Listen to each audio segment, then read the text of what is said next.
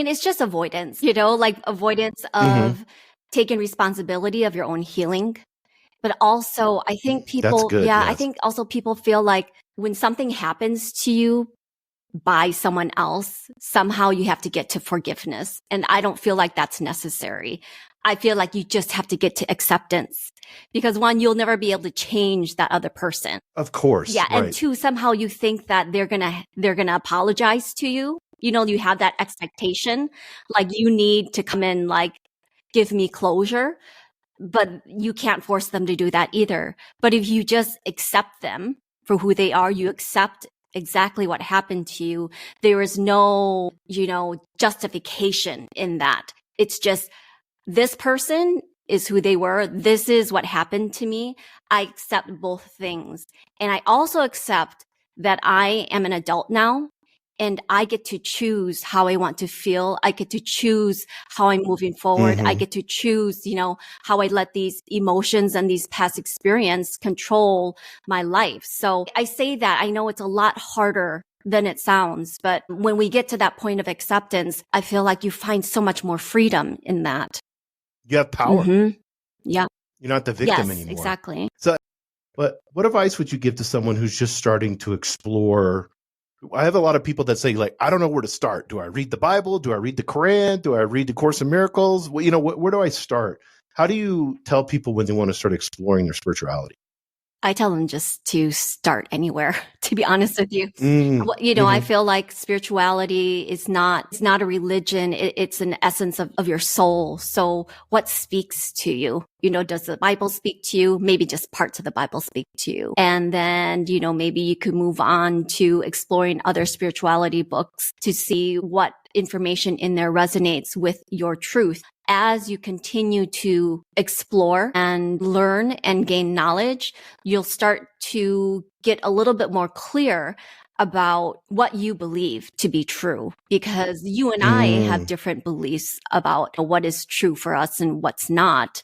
And so does everybody else in this world. So there's I think, an easy thing that new learners get sucked into is they will follow a specific teacher and then believe everything that teacher says without question. Yes, 100%. Right. So I would always encourage people to ask questions of yourself, ask questions of the teacher, ask questions wherever you can, because there's so much knowledge out there and there's no like right or wrong. Okay. There's just a insane amount of information for you to be able to choose what you want to believe and what you don't want to believe. And you don't have to leave your spouse either when you become more spiritual. If you and your spouse are at two different levels, you don't have to leave your partner because you're growing more spiritually. Obviously, if you guys aren't getting along, that's a whole different story.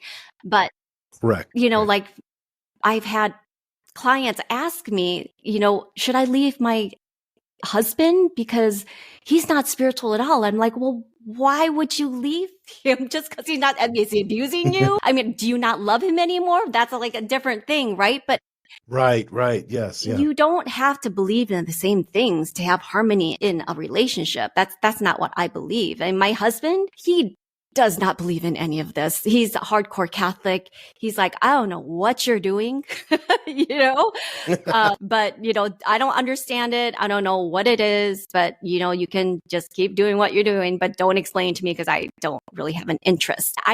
That's fine with me so long as he's not telling me that I can't do it. And to me is like he's being supportive because I can still live freely, speak openly, channel dragons, in my own home, and he doesn't care. But I find whether I go to Catholic church or Christian church, whether I go to the cathedrals in Rome or wherever I'm at, I find great solitude and peace in those scenarios. And I feel like they're very spiritual to me personally. I don't like modern churches. So, I just don't like, it feels commercialized and, there's like, the music's cool. I like the music, but it's like, I like things that are deeper, more spiritual in my essence, and everybody's different. Maybe somebody goes to, the cool modern church and thinks it's amazing.